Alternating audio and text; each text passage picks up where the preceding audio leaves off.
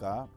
순천대학교 미래융합대학에서 실시하고 있는 부동산 특강 나의 삶 우리 부동산이란 주제로 오늘은 제6강 임대차 관련 여러분들 법률 상식 주택임대차 보호법, 상가건물 임대차 보호법에 대해서 그 중요한 개요들을 같이 학습하시도록 하겠습니다. 워낙 임차인 숫자가 많다 보니까 그하고 똑같이 마찬가지로 1대1로 임대인 숫자도 많습니다. 주택만 해도 우리나라의 이 사람 중에 거의 반 가까이가 집을 빌려서 살고 있습니다. 임차인이죠. 주택 임차인입니다. 또 상가는 또한 얼마나 많습니까? 이걸 합하다 보면 국민들 중에 임대인 또는 임차인, 즉 임대차 계약하고 전혀 무관한 사람의 숫자가 얼마나 되겠습니까? 굉장히 많은 국민들이 바로 이 임대차에 얽혀서 사시고 계십니다. 자, 사례를 한번 보겠습니다. A라는 소유자가 있는데요. B라는 임차인한테 집이라고 합시다. 주택을 빌려줬다고 합시다. 임대차 계약은 계약일자는 2020년 5월 10일이고요.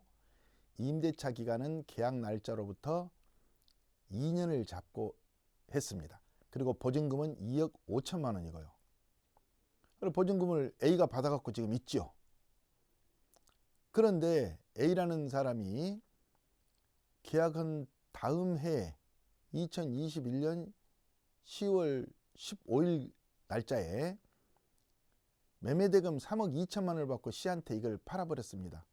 등기를 2021년 계약 날짜로부터 한 달 후인 11월 5일 날 등기까지 C한테 해줘 버렸습니다. 자, A는 어디론가 사라져 버렸습니다. 보증금 2억 5천 받고 매매대금 3억 2천 받고 무려 3억 남짓되는 아파트를 가지고 5억 7천만 원을 챙겨가지고 어디론가 해외로 도피했던지 하여튼 사라졌습니다. 자, 임차인 B는 이제 C한테 보증금 주세요 그럽니다. C가 보증금은커녕 당장 나가라 그럽니다. 아니 나는 임대차 계약이 2022년 5월 10일까지인데 당장 나가다니 나 못 나가. 그리고 나가들 때는 보증금 줘. C는 B한테 당장 나가. 그리고 보증금도 못 줘. 자, 기간 문제하고 보증금 문제가 첨예하게 대립했습니다. 누가 맞을까요?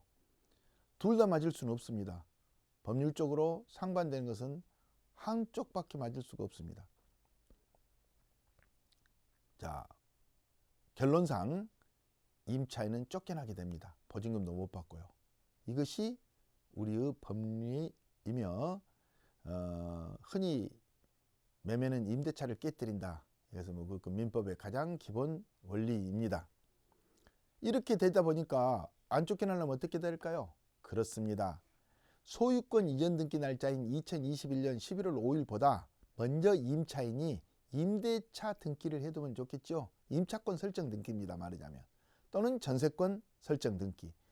등기를 먼저 해두면 등기부에가 전세권이나 임차권이 나와 있으니까 전 시간에 말씀드린 것처럼 매수인은 등기에 대한 대항력에 굴복하고 그 임차인의 임차권 또는 전세권의 이 책임을 그대로 인수하게 된다. 이런 뜻입니다.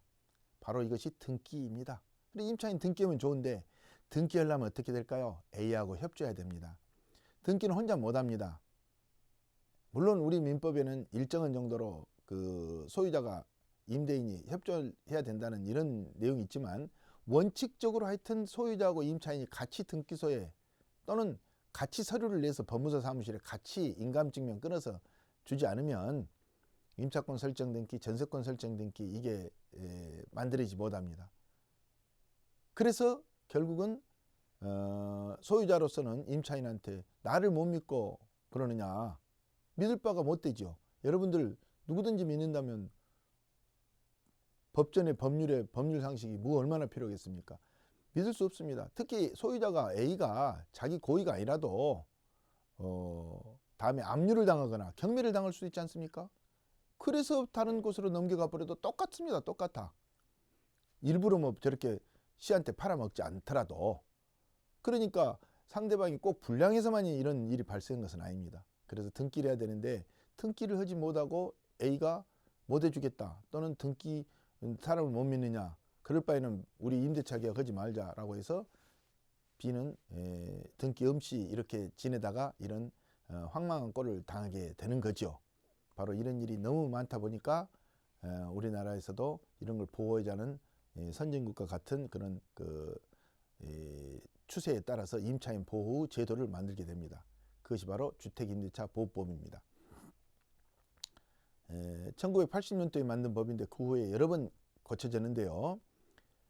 자, 주택임대차 보호법 제3조를 읽어보시면 임대차는 그 등기가 없는 경우에도, 그러니까 임차권 등기나 전세권 등기 이런 게 없어도 임차인이 주택의 인도와 주민등록을 마친 때에는 그 다음날 0시입니다. 0시부터 제3자에 대하여 효력을 생긴다.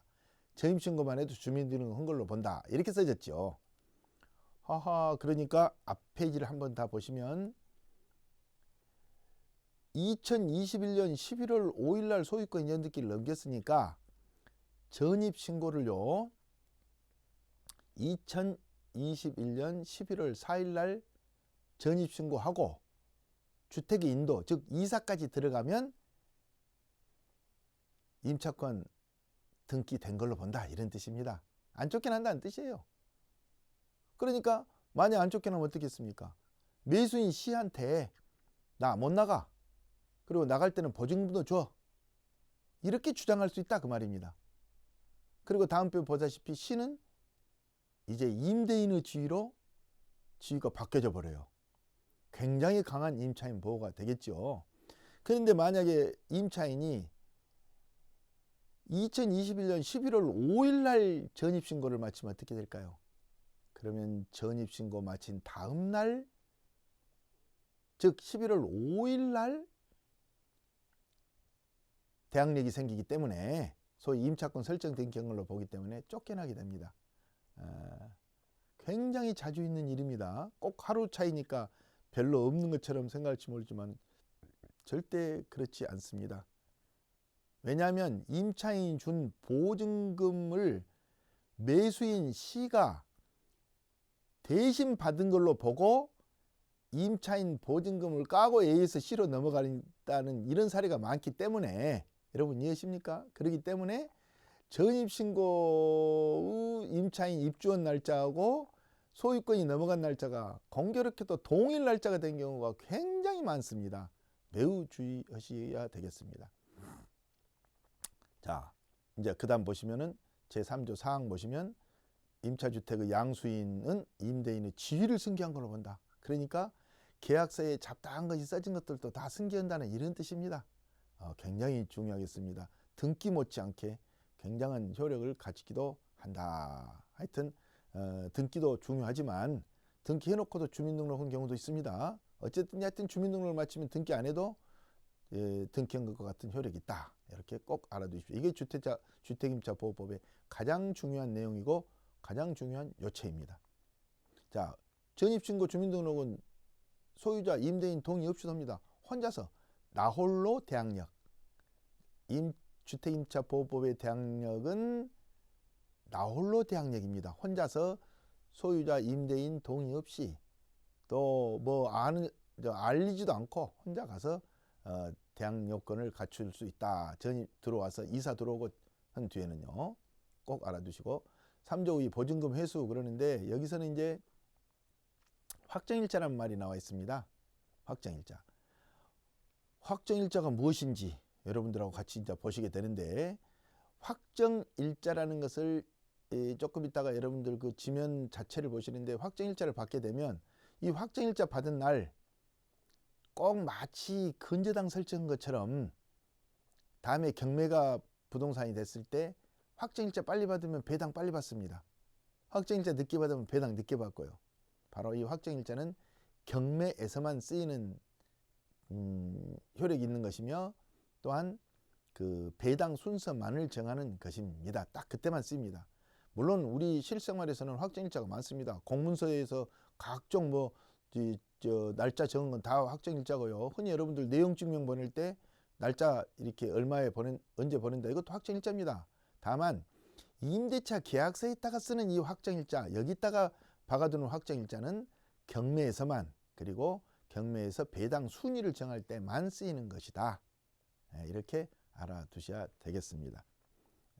임차인으로서는 전입신고 빨리 오고 확정일자도 빨리 받으면 쫓겨나질 확률도 떨어지고, 보증금 다음에 주인이 안 주게 되면 경매로 부동산 나가면 배당 순위도 빨리 받아서 빨리 보증금을 빨리 상환받고 챙길 수 있게 되겠죠. 자, 확정일자 이렇게 생겼습니다. 이제 요즘은요, 확정일자 받을 때 전입신고 없는 확정일자는 효력이 없다. 이것이 지금 우리 이 주택임차보호법의 주제입니다. 그렇기 때문에 전입신고한 날짜도 찍어줍니다. 자, 확정일자는 미리미리 받았는데 전입신고나 또는 점유인도, 전입신고하고 점유인도 둘 다 갖춰야 할 텐데 대항력이다 그랬죠. 요것들 중에 하나만 뒤로 늦어도 확정일자를 아무리 빨리 받아도 다음에 배당 순위에서 뒤로 밀리게 되는 것입니다. 역시 중요한 내용입니다. 자, 임차권 등기 명령 제도. 이것은 좀 여러분들이 볼 때 디테일한 내용인데, 비록 그 전입신고를 했더라도 중간에 전입신고를 빼버리면, 그러니까 아까 주택이 팔리기 전에 전입신고 했는데 중간에 그냥 다른 데로 이사를 가버렸습니다. 그러면 그 사이에 매매가 되거나 경매가 되면 전입신고 없는 것입니다. 전입신고는 유지가 돼야 돼요. 유지가 돼. 그 매매가 되거나 경매가 될 때까지 쭉 유지가 돼야 됩니다. 특히 경매의 경우에는 배당 요구 종기량일인데 그때까지 유지가 돼야 됩니다. 그러다 보니까 이 유지를 하려면은 보증금 받자고 다른 데 이사도 못 가고 얼마나 거주 이전의 자유가 촉박이 되겠습니까? 그럴 때는 혼자서 나홀로, 자, 상대방한테 동의받아서 등기한 것이야 별 문제입니다. 혼자서 임차권 등기 명령을 받아가지고 나홀로 등기를 해버립니다. 나홀로 주택 임차권 등기라는 등기를 하는 거죠. 그렇게 되면 그때 옛날에 전입신고 했던 것이 효력이 그대로 유지되고, 그 다음에는 전입신고를 딴 것으로 이사를 가버려도 등기부에가 옛날 전입신고 날짜가 적어져 있다 그 말입니다. 옛날에. 그러면 그 후에는 전입신고가 빠져나가도 되느냐? 그렇도록 써져 있습니다. 여기 보시면 임차권 등기 명령에 따라서 등기를 하면 그 등기가 대항력과 우선 변제권을 간다고 되어 있습니다. 확정일자까지 있는 걸로 보는 거죠. 그 임차권 등기 명령으로 등기하면. 그런데 그 이전에, 보통은 그 이전에, 그 말이 지금 다만부터 썼습니다. 다만 임차인이 임차권 등기 이전에 이미 대항력이나 우선 변제권을 취득하고 있었다면 그 다음에는 그 대항력이나 우선 변제권은 임차권 등기 명령에 따라서 등기를 하게 되면 그 옛날 대항력과 우선 변제권이 유지가 되고, 그 후에는 대항력권 상실, 즉 전입신고나 점유를 빠져나가 버렸더라도, 이사를 딴 데로 가버렸더라도 옛날에 취득했던 전입신고했던 날짜, 그리고 옛날에 확정일자 받았던 요 날짜는 그대로 효력을 유지한다. 이것이 바로 임차권 등기 명령 제도로서 그 후에 2013년도에 개정해서 올라온 것들입니다. 자, 여러분, 경매란 게 있습니다. 경매는 이제 다음 시간에 여러분들하고 한 시간 여러분들하고 같이 학습을 하실 건데, 그 전입신고를 해버리면 안 쫓겨납니다. 앞에 근저당 있어도 안 쫓겨나고요. 앞에 다른 무슨 그 압류가 있어도 전입신고만 하면 안 쫓겨나는 거예요. 왜냐하면은 압류도 매수인한테 효력을 발휘하고, 경매 등기도 효력을 발휘하고, 전입신고도 효력을 발휘하고, 근저당도 다, 모든 사항이 다 매수자가 인수를 하기 때문에 전입신고한 효력도 대항력도 그대로 매수인이 그 책임을 인수하고 임차인의 지위를 승계하게 되는 거죠. 그런데 경매가 되면 쫓겨납니다. 전입신고가 경매가 되면 허망한 일이 된다고 말씀입니다. 다만 지금 여러분들이 드시기에 굉장히 어려운 용어인데 다음 시간에 말씀드리는데, 말소 기준 등기라는 게 있습니다. 그 등기부상에서 볼 때 최초 근저당권 등기 또는 뭐 압류, 가압류 등기. 간단히 말씀드려서 이 전입신고보다 앞에가 근저당이 있어버리면 그 임차인은 전입신고는 대항력을 잃고 임차인은 경락이 돼서 소위 매각이 되면은 불법 점유자가 되고 쫓겨나게 되는 겁니다. 쫓겨난단 말이 좀 비참하게 들릴지 모르지만 말하자면 나가라 그러면 법률적으로 나가야 된다는 뜻입니다. 그런데 앞에 최초의 근저당 요것보다 근저당들보다 더 먼저 전입신고가 되어 있다면 안 나가도 된다. 대항력이 유지된다. 그런 뜻입니다. 그러니까 이 대항력이 유지된지 안 된지를 좌우하는 그 최초의 근저당이나 가압류를 앞에 등기를 말소시키느냐, 아니 앞에 전입신고나 앞에 등기 등을 효력을 말소시키느냐 유지시키느냐의 기준이 된다고 해서 이걸 말소기준 등기라고 합니다. 굉장히 어려운 내용이지만 하여튼 이 내용은 경매의 중심을, 경매 권리 분석의 중심을 이루는 것이다. 자, 그 다음에 제4조 임대차 기간을 1년으로 잡았거나 1년 5개월로 잡아도 주택임대차 보호법에 따라서 임대차 기간은 무조건 2년으로 연장됩니다. 다만 임차인은 계약했던 1년 5개월만 살고 나갈 수도 있습니다. 자, 여러분들 흔히 많이 그 의문을 가지시는데 1년 5개월로 계약을 기간을 정했는데 1년만 살고 나가겠다. 그건 안 됩니다. 나가는 거야 자유지만 대항력 상실 뭐 이런 것은 그다음 문제고 나가는 건 자유지만 5개월 후에 보증금을 돌려준다 그 말입니다. 임대인은. 왜? 1년 5개월을 잡았기 때문에. 이것은 계약은 지켜야 된다는 팍타준트 세르반다 대원칙입니다. 선진국가에서 계약을 지키지 않는다면 어떻게 되겠습니까? 지켜야 되는데 1년 5개월로 정했는 데는 2년으로 늘어나 버렸습니다. 이것은 주택임차 보호법에서 임차인을 보호하기 위한 겁니다. 그러면 임대인은 2년 보장해야 되고 임차인은 계약기간 1년 5개월만 지나면 나간다고 말할 수 있다 그 말입니다. 아시겠습니까? 그것을 꼭 알아두시고, 그런데 2년이 지났는데도 보증금을 안 줬다. 그러면 여러분이 이제 그것을 보증금을 받기 위해서 무슨 뭐 그 집을 경매로 붙이든지 뭐 다른 강제 집행을 하든지 그 수사는 변론으로 하고 어쨌든 그 돈을 다 받을 때까지는 임대차 관계는 존속됩니다. 아까 경매의 경우만 빼고는요. 그것도 굉장히 중요한 법리죠. 자, 그 다음에 갱신이란 게 있는데요. 흔히 묵시적 갱신이라고도 합니다. 뭐 갱신을 당사자가 다시 또 살자, 또 2년 더 살자, 또 3년 더 살자, 이것은 그냥 일반적인 갱신인데요. 우리가 계약기간이 끝나기 전에, 그러니까 10월 30일 날 계약기간이 끝난다 그러면 끝나기 전 6개월 전이니까 4월 30일에서부터 끝나기 전 2개월 전, 즉 8월 30일 요 사이까지 서로 간에 나 나가겠다 또는 너 나가라 이렇게 안 하면 다시 갱신이 된다 그 말씀입니다. 그 전에 법령 개정하기 전에는요 6개월 전부터 1개월 전 그랬습니다. 그런데 지금은 이제 미리미리 나갈 기간을 말해줘라. 임대인이 말할 때는 그러면은 8개월 전에 말했다. 그것 갖고는 안 됩니다. 임대인이. 그건 너무 오래전에 나가라 그래서 까마득히 기억에도 어렵고 그때 나가라는 것은 또 만변할 수 있다. 그러니까 임대차 기간이 끝나기 전 6개월 전부터 2개월 전 이 사이에 꼭 나가라 그래야지 끝나는 겁니다. 계약 기간이 끝나기 전에. 그래야 계약 기간이 12월 30일 날 그때 이제 나가야 되는 거죠. 아까 계약 기간 2년 확보된 것 말고요.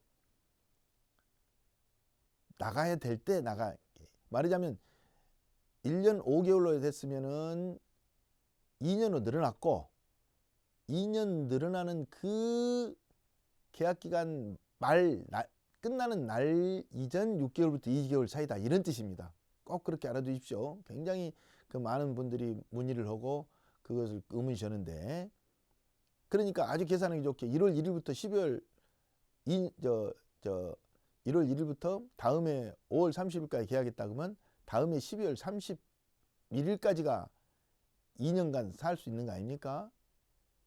그리고 다음에 12월 31일을 기준으로 해서 6개월 전부터 2개월 사이에 이때 나가라 그래야지 이제 그 다음에 12월 31일 그 날짜에 나가는 2년 채우고 나가야 된다 그 말입니다.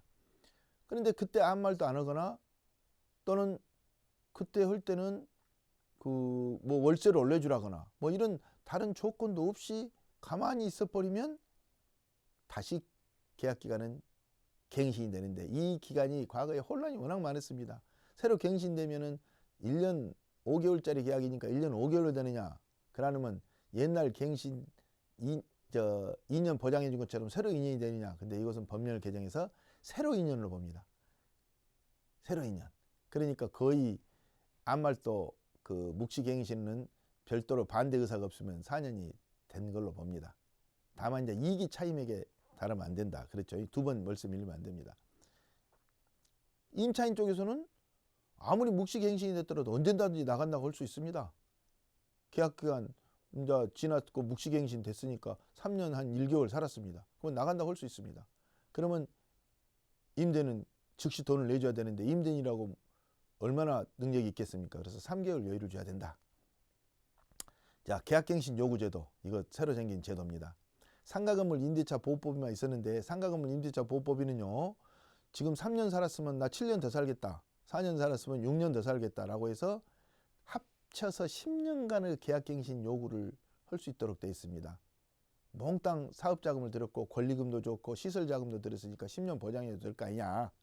굉장히 임차인을 보은 것으로서 임대인의 반발도 심했던 기억이 역력하고, 또한 임대인 쪽에서는 이거 계약 못 하겠다, 임대 내줘갖고 안 되겠다 해서 초창기에 임대료를 몽땅 올리기도 합니다. 10년 동안 올리는 한도가 한정이 돼 있으니까. 이것을 주택에도 지금 적용하는 것이 새 정부에서 그 임대 3법 중에 하나입니다. 자, 주택 임차 3법 중에 하나는 중요 중에 하나가 바로 그 임대료를 많이 못 올리게 한 것도 있지만 계약갱신 요구제도입니다. 다시 말씀드리면, 비록 소유자가 반대를 해도, 임대인이 반대를 해도 2년은 더 살 수 있도록 한다. 계약기간 끝나고. 그러니까 아까 2년 확보해 준 거 말고 이제 나가라고 했습니다. 아까 6개월에서 2개월 사이에.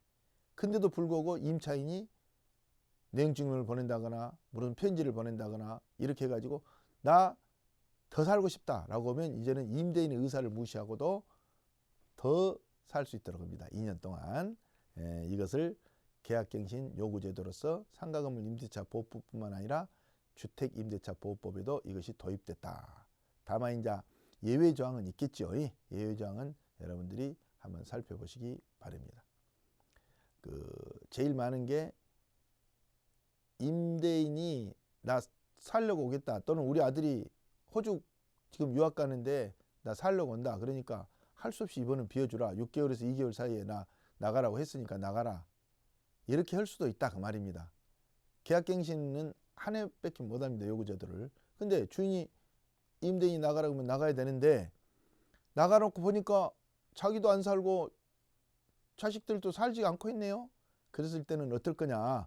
허위로 그 계약갱신 요구를 거절한 거기 때문에 손해배상을 해야 된다, 이런 것까지 디테일하게 제도를 마련해 놓고 있는 것을 보실 수 있습니다. 차임은 1년에 한 번밖에 못 올립니다. 2년, 이렇게 아까 그 4년으로 늘어났어도 만약에 4년을 살아도 1년에 한 번씩밖에 못 올리는데, 올릴 때는 차임이든지 보증금이든지 둘 다 5%씩 20분의 1뺏기 초과를 못 시킵니다. 그런데 이제 이렇게 못 올리다 보니까 보증금을 차임으로 바꾸거나 월세를 보증금으로 바꿔서 변칙적으로 올릴 수도 있어서 이걸 제한하는 법령도 만들어 두었죠. 이것도 참고로 한번 보시면 중요한 내용이니까 보시면 좋겠습니다. 자, 이제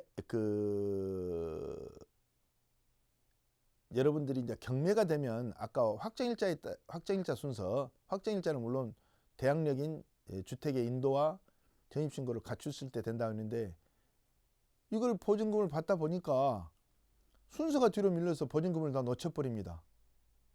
순서가 뒤로 내려서. 그래서 순서가 늦더라도 최소 한도의 금액은 임차인에게 경매가 됐을 때 최우선으로 좀 돈을 주자, 이 제도입니다. 서울은 3,700만 원까지는 최우선으로 주고, 또 광역시의 경우에는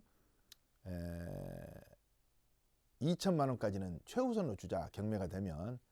그 밖의 지역은 1,700만 원까지 주자. 그러니까 여러분들 만약에 그 밖의 지역이라면 원룸 같은 것에 임대 들어갔을 때는 1,700만 원까지는 보증금을 걸어도 앞에 근저당이 있어도 다른 것이 있어도 1,700만원까지는 다 말하자면 최우선으로 배당을 받을 수 있다고 말입니다. 그러나 이 범위가 있습니다. 서울에서는 1억 1천만 원 밑으로 보증금을 걸어야지, 만약에 1억 2천만 원을 보증금을 걸면 아까 최우선 배당 하나도 못 받습니다. 하나도 못 받고 확정일자의 순서에 따라서 이제 그 순위적으로 이걸 순위배당이라고 하는데, 아까 그 바퀴 지역도 6천만 원으로 보증금을 걸면 1,700만 원은커녕 한 푼도 못 받게 됩니다. 그러니까 보증금을 걸 때 그 바퀴 지역을 기준으로 한다면 4천만 원을 보증금으로 걸면 1,700만 원을 받고 3천만 원을 보증금으로 걸면 1,700을 받는다.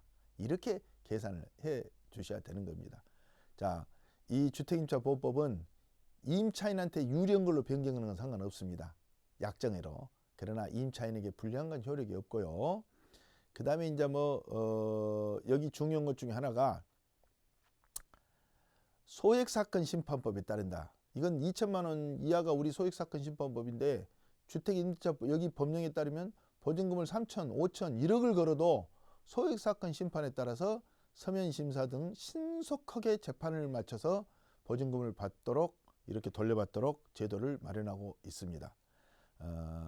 이상 그 제6강 주택임차보호법에 대한 중요한 내용을 여러분들하고 같이 살펴보셨고, 상가건물임차보호법은 다른 기회에 여러분들하고 같이 보시도록 하겠습니다. 수고들 하셨습니다.